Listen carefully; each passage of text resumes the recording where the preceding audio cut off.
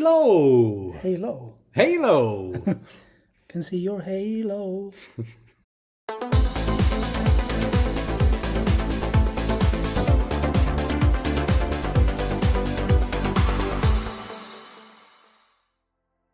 Welcome to another edition of Hanging Out with Werkstatt. Today we're going to discuss How to get your music onto streaming services. it might sound easy, you just Google it and then you know how to do it. It's not that easy. There's a lot of confusing stuff, but we know how to do it. So listen to us. Well, in short, you have to use, unless you have a record company behind you, then you have to use a distributor. These are companies that charge you money, and in return, they take care of getting your song onto all the necessary platforms. Which means, of course, that Spotify doesn't want to handle 10,000 emails a day with people sending them their songs. So they work with a distributor that uploads their songs onto their database. And it's not only Spotify. There are a lot of services that you need to be available on in order to have a presence digitally today. You need to be on Apple Music, you need to be on Deezer, Tidal. Shazam has to be able to recognize your song. And TikTok. You need to have your song available on TikTok. It's a really important platform, don't forget that. YouTube Music, Yes. Amazon Music. And all of this is included in these plans. And you've got a lot of services that take care of this. And all of them have in common that they charge you some money or a percentage of the money you make from these platforms. Okay, so you want your song on Spotify, you upload it to Spotify. Rule number 1. Make sure you upload your song weeks before you want it released.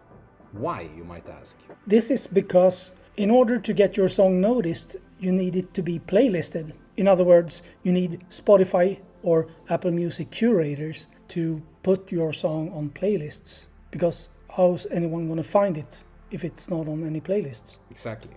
And the pitching process varies from platform to platform. But when it comes to Spotify, it usually takes 1 or 2 weeks for the playlist curators to consider the song for a playlist. So you want to be 1 week ahead at least. And from our experience, having the track uploaded to Spotify can take up to 3 or even 4 weeks, depending on the service you use and how many songs are in the pipeline at the moment. And make sure to check with the distributor you work with, because all distributor doesn't upload the song to all services. For instance, in our case, we used a Swedish distributor called Record Union, and they didn't really cut it.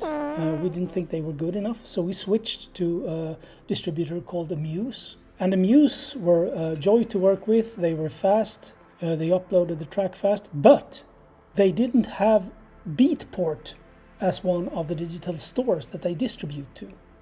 And if you know anything about dance music, you know that Beatport is probably the most important place to have your song featured on. So that was a bit of a disappointment, so we had to use Record Union again to upload to Beatport only. And as we were a little late, then the track wasn't available on Beatport in time for the release, which was kind of devastating. But I guess that's one of the things you learn when you distribute stuff yourself. Yes. So make sure to pick a distributor and upload it weeks ahead of your release date.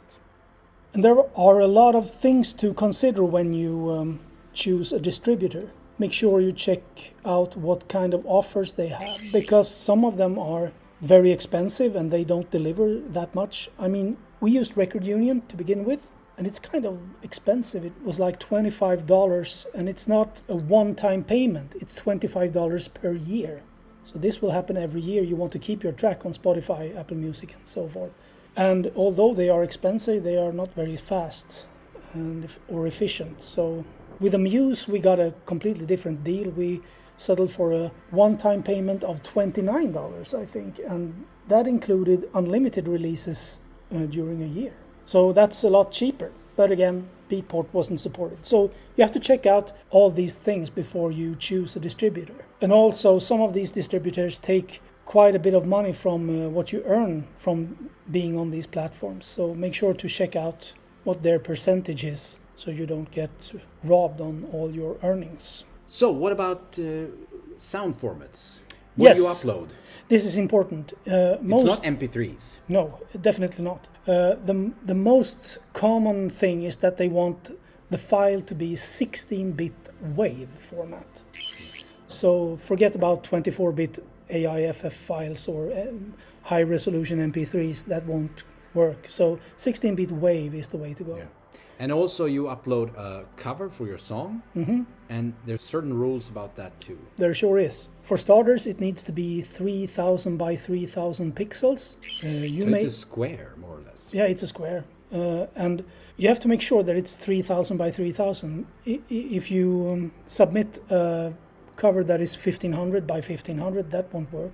There are services online that scale up images for you, so you don't have to go about making a new cover just for this. So it can be solved, but it's good to know that it's 3000 by 3000. That's the default setting for covers. But if you do it yourself or you work with someone who knows Photoshop, make sure it's high resolution to begin with, because you don't want to scale it up because it damages the quality. Yeah, and Spotify will probably not accept it if it's too low resolution or too low quality. But one more thing. You never see any Facebook or Instagram logos on the Spotify covers. No, you would think this is a perfect opportunity to market those things, but it's not allowed. So you can't put those kind of logos. And you can't even put a logo for a fake label on your cover. Let's say you have your own fake label, Dance Music Records. You can't put that on there. No. It will be rejected by Spotify or Apple Music. So just keep it simple. Maybe the band or act name and the name of the song. And also the name of the song cannot be anything. For instance, if you release dance music, it's very common you have an extended version that you put up on Beatport, for instance. And then you would call the regular version a radio edit. But you can't do that if you already have an extended edit out there. Then the original name must be only the name of the song and nothing more. So that's about it for today. See you next time. And good luck with the distributors.